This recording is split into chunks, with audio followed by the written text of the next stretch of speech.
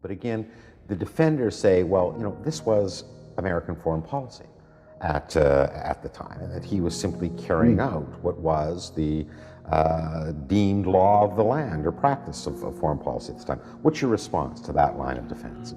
It's been found beyond doubt by minute investigation in Washington that nobody in Congress, which has the power of the purse in these matters and the power to decide, ever knew that the National Security Advisor of President Nixon, Henry Kissinger, had evolved a plan to murder the head of the General Staff in a democratic country, not contiguous to but neighboring the United States, a democracy with which the United States was not at war.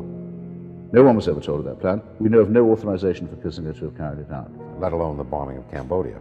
The bombing of Cambodia was likewise concealed from Congress. It's flattering to the American people. They have to be lied to so much, I sometimes think.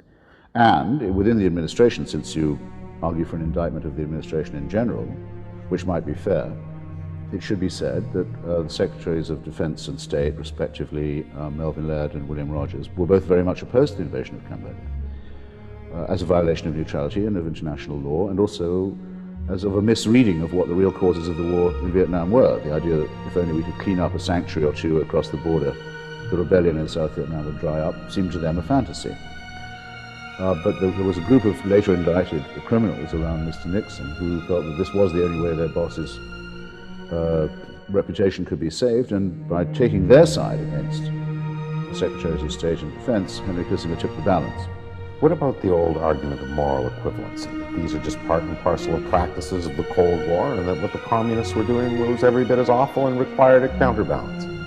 Attacking and killing a democratic, conservative, constitutional officer in a neighboring democracy with which the US is not at war, and a country, by the way, that can threaten nobody, Chile, in collusion with a fascist criminal group, is not anti-communism. It is, in fact, collusion with fascism. But I'd go further and say that I don't greatly care to be lectured on anti-Stalinism by Mao Zedong's best friend, by Leonid Brezhnev's preferred negotiating partner, by the man who told Gerald Ford when he was president that he shouldn't receive Alexander Solzhenitsyn in the Oval Office, which Congress thought he should, because it might offend the communists who were Kissinger's friends, by the man who is paid by the Stalinists in Beijing to this day to defend the massacre of their own young people in Tiananmen Square. I won't have it from him that he's doing this against communism. It's just another of the constituents of the gigantic lie that constitutes his reputation. He's a thug, and a crook, and a liar, and a pseudo-intellectual, and a murderer, okay?